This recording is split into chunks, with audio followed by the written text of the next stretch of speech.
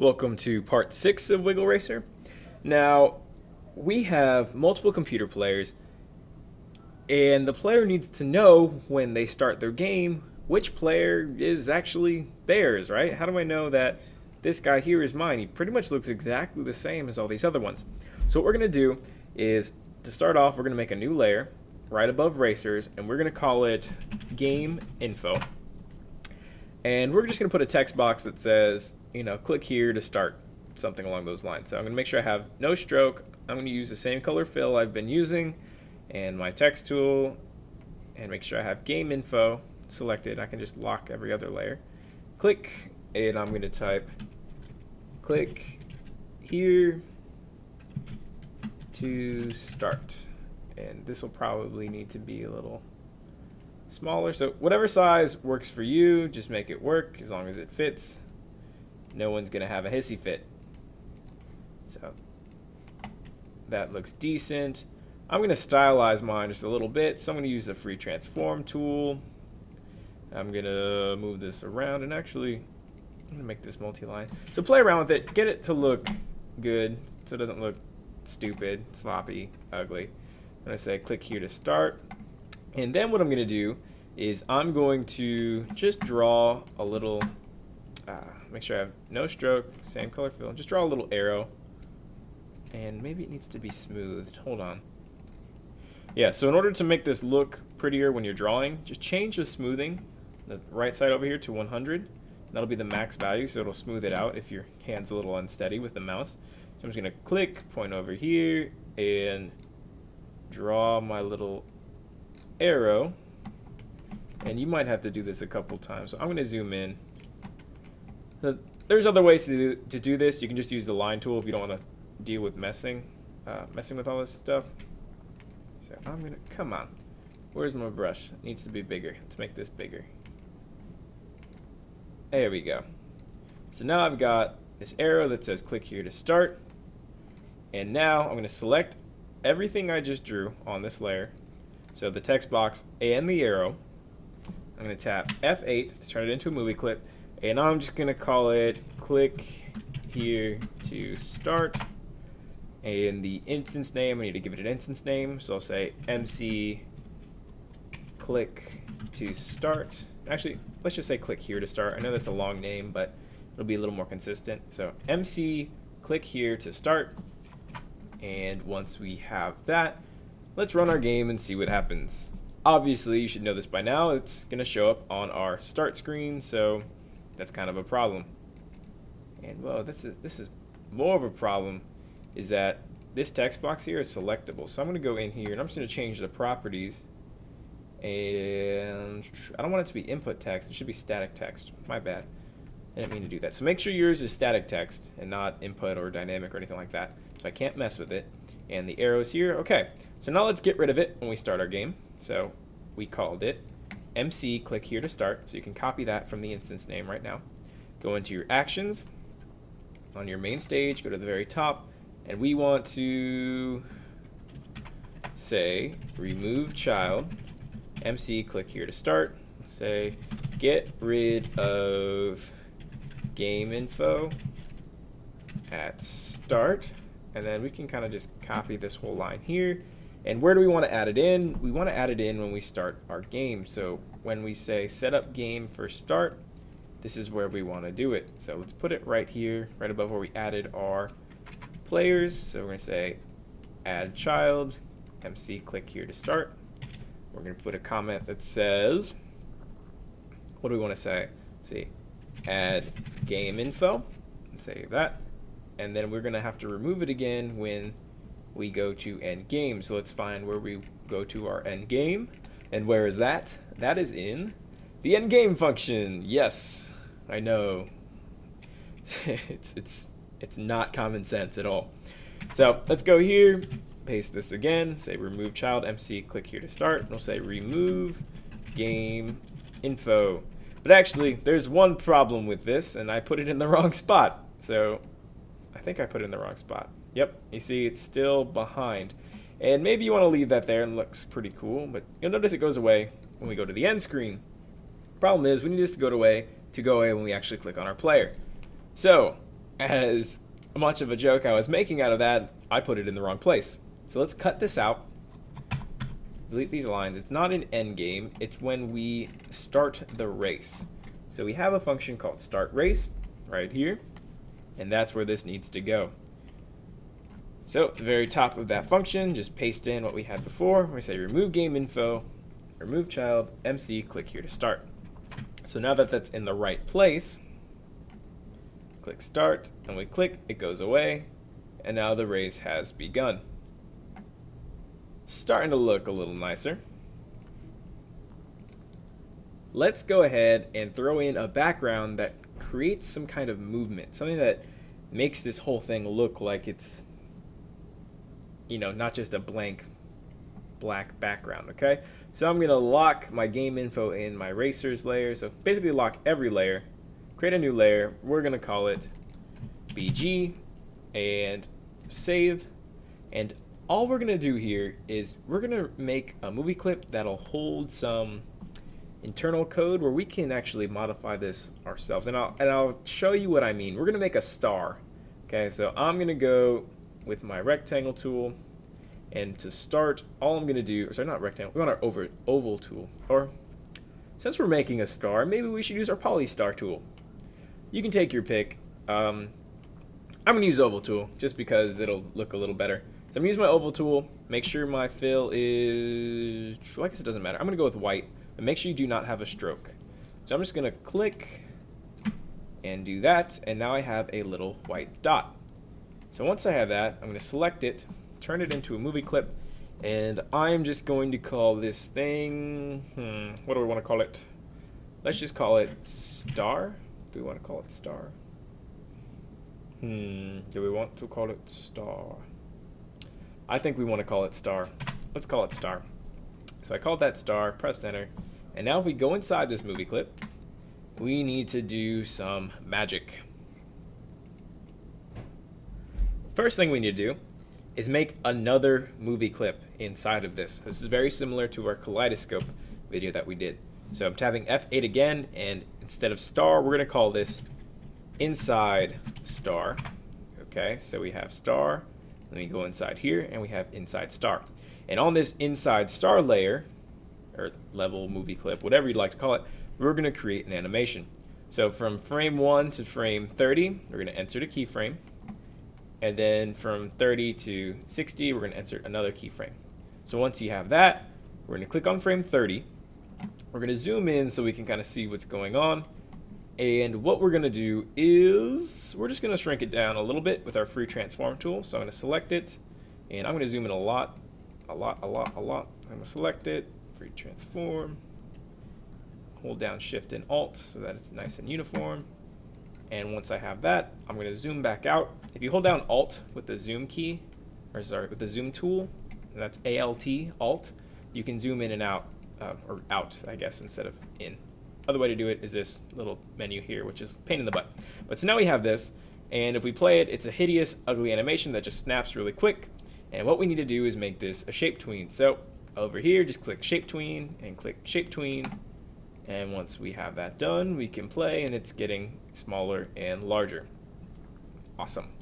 Save that, go back one layer so that we're in our star. And if we select this, you might have noticed something on the right called filters. So if you go under filters, and there's this new icon. It kind of looks like our new layer icon over here. Just click new filter, or add filter, I guess, and we're going to add a blur to it. So the blur will be something by something. You can make it high quality. I'll leave mine at 5 pixels by 5 pixels. This will just change how much it's blurred. So if you want to set it up to something higher, that's fine. I'm just going to set mine to 10, or sorry, not 10, 5. And then I'm going to add another filter onto this, and this only works for movie clips, by the way. Add another filter called glow, and now we can add some sort of glow to our movie clip. So I'm going to leave the blur the same, the strength, I'll leave that 100, I'll change the quality to high, the color, I'll say white, and the knockout, inner glow, don't care about that. So these are the settings that I'm using. You can use whatever ones look good for you. You can add more filters, feel free to play with these, you get some pretty cool effects. But now if I run I should have a star on our screen that sort of just glows, and maybe that's a little too big. I might have to change that later, but we have a star that's glowing. Awesome. But now we want to get something so that it's actually moving. So inside of this star movie clip, right here you see, we'll make a new layer, call it actions. I'm going to lock it so that I don't accidentally change it. Tap F9, and we're going to add an enter frame event to this. So I'm just going to say add event listener. And notice I didn't put stage or anything along those lines before add event listener. If you do it like this, it'll automatically assume whatever movie clip or thing you're in, it'll assume that's what you mean. So this would be the same as saying, you know, star dot add event listener. So I'll just leave it as add event listener. It'll still work. We're going to listen for the event enter frame because we want this to happen every enter frame. And then we want to say, call a function, say move star. All right, so we have that. And we need to make that function, so say function. What do we want to call it? We need to call it move star because it needs to match up with this here. We'll say e move, oops, not, what are we expecting? We're expecting an event, I'm sorry. Event, we're not returning anything, so we'll say void, and then some curly brackets. Then I'll put a comment above it saying handle moving the star.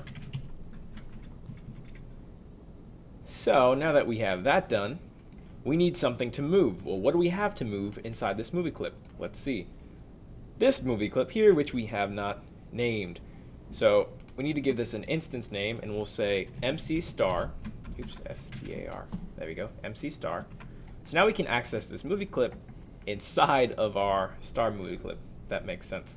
So under our actions, in our star movie clip, we'll say MC, oops, in that function, move star, we'll say MC star dot x minus equals 1. So this should just move it over 1 every frame if this works correctly. So it's running, and you can see now that it's moving from left to right. And that's cool and all, but what happens when it goes off the left side of the stage? Nothing. It just keeps going. And if I make this bigger, you can see it's still going over here. So we need something that'll wrap this around if it goes off the left side of the stage. So what we need to do is put an if statement. Actually, let's put a comment here saying move to the left and then wrap around if we go off the left side of the stage. And you might remember this from our unclickable button. We're going to check to see if MC star's x property is less than 0. Then what are we going to do? We want to set MC star dot x equal to stage dot stage width. And what this should do is, if it goes off the left, it should snap it to the right. And where is our star? What's going on here? If MC star dot x.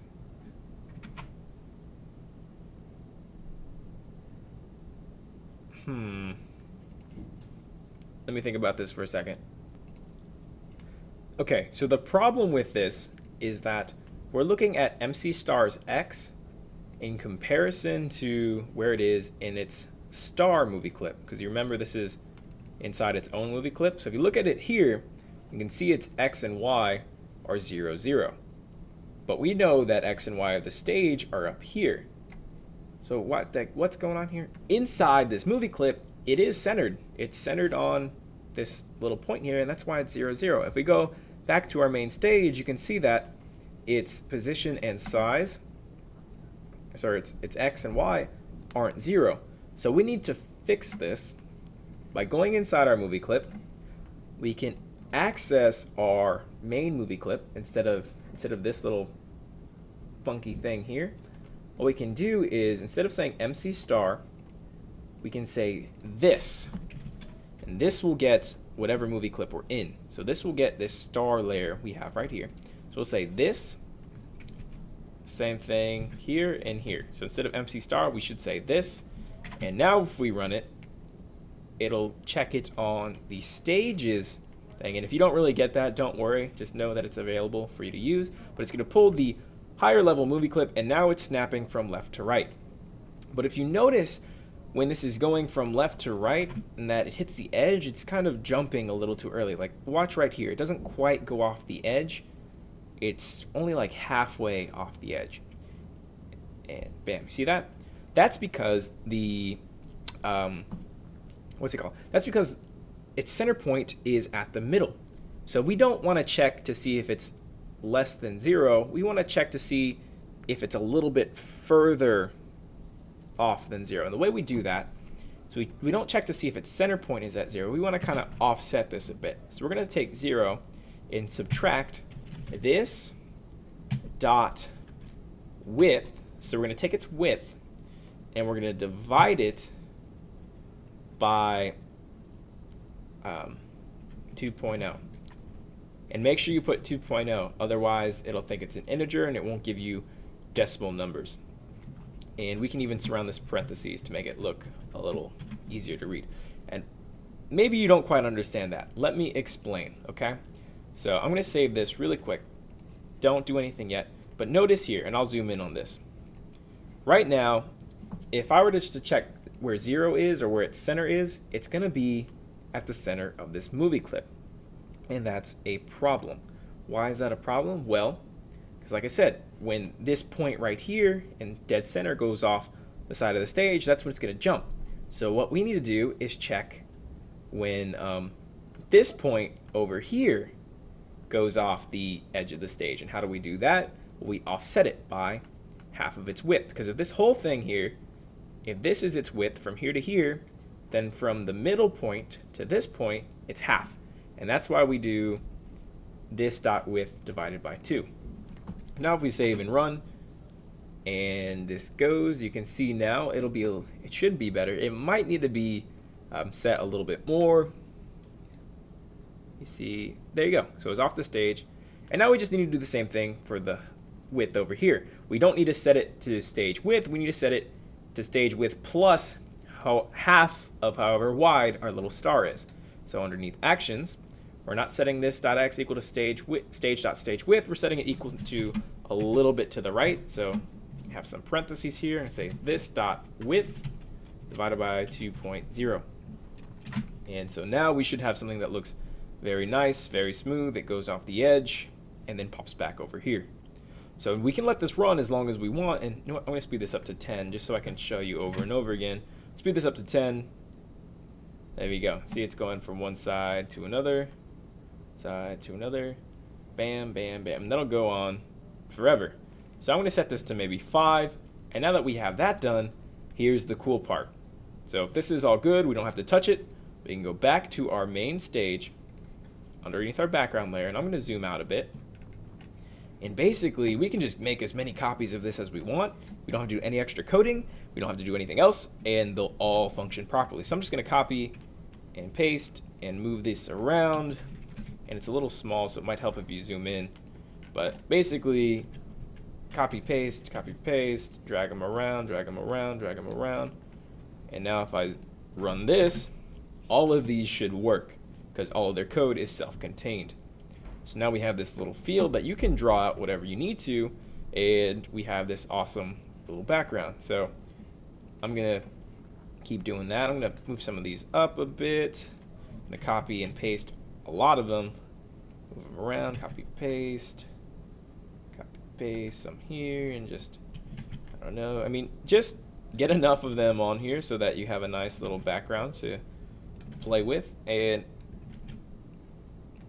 once you have enough, I'm going to pause and keep doing this. You should pause as well and resume the video when you have all of your stars, I guess, on the stage.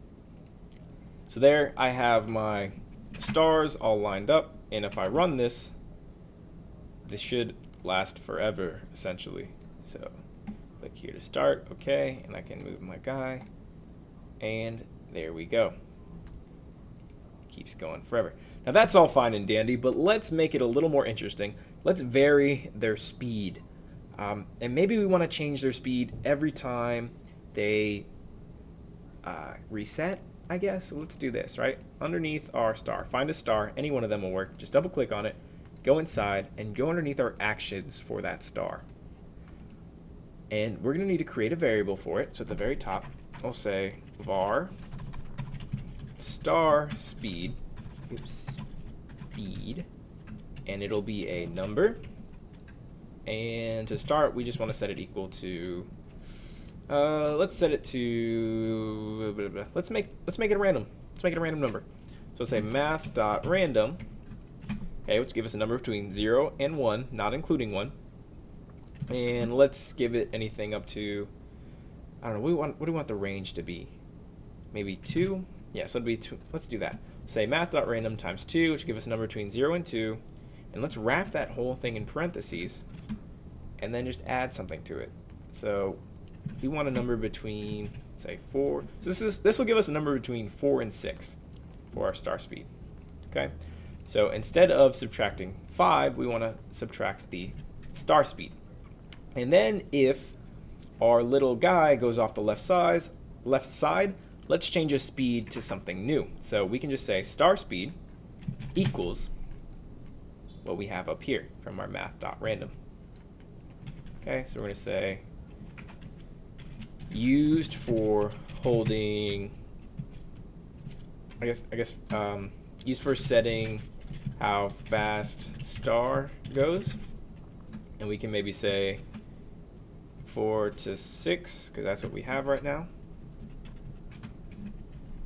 And here we'll say reset star speed 4 to 6. And here we might want to say move to right side of stage. And actually we're not moving to the right side of the stage, we're moving move a little further than the right side of the stage. So we have all that. Pause it if you need to see what's going on here. But I'm going to run this, and now that we have this completed, our stars kind of move at different speeds, not too far away, not too different, but it's never going to look so bland, I guess, or so patterned. It's going to change every single time. Now we have this really cool effect where our stars are changing. And we can even make this cooler if we want and say star scale. Let's do this. So still in star, we'll say used for setting stars size. And we'll say var star scale. It'll be a number, and we'll set it equal to, what do we want to set it equal to? Let's say math.random, which will give us between 0 and, math.random, give us a number between 0 and 1, and we'll just add 0.5, right? No, let's multiply it by 0.5. So we'll get math.random times 0.5, that'll give us a number between 0 and 0.5, and then let's just add 0.5, okay, and we can wrap this in parentheses. Okay, so this will give us a number between 0.5 to 1. All right, and then we can do the same thing we did with the star speed down here. Say reset star scale, and then what do we want to do? We want to set star scale equal to what we have up here. Copy, paste. Remember that is from 0.5 to 1. Save that. And now, well, if I run this, nothing's going to happen. We haven't actually set the scale equal to anything. So every time we change the star scale, we need to say, right below it, we want to say this dot scale x equals star scale. And then do the same thing for the y. Set scale. Okay, and we need to do this as well. So copy this little line we have right here. We also need to do this after we set our variable up here. Okay, so pause the video if you need to make sure you have everything down. And then I'm going to run and cross our fingers that all works. You can see now some of our stars are a little bit smaller than the others. And it just creates this nice background that's cool to look at, pleasant on the eyes, and really simple to do. You can drag on as many stars as you want. And I'm actually going to drag I'm going to drag one or two more on so that the edges actually get covered. So I'm going to copy, oops, sorry, can't do it here. I got to go back to my main stage. Copy one here, oops, where'd it go? So I'm going to drag one maybe like halfway on and drag another one halfway on maybe over here, just so it doesn't look so faked or, you know, so it looks like they're kind of going off the screen and they don't just stop. Maybe I'll add two. Let's add two of these. Two for each little side here. And you're welcome to do whatever you prefer. I just think this will look a little nicer. And bam, you've got an awesome background. And you can do this with any other shape too. You can make something like the kaleidoscope where it spins and rotates or does whatever, but there we have it. Background lasts forever. Click here to start. Erase. Kind of looks like we're in space now. And awesome. See you in the next part of the video.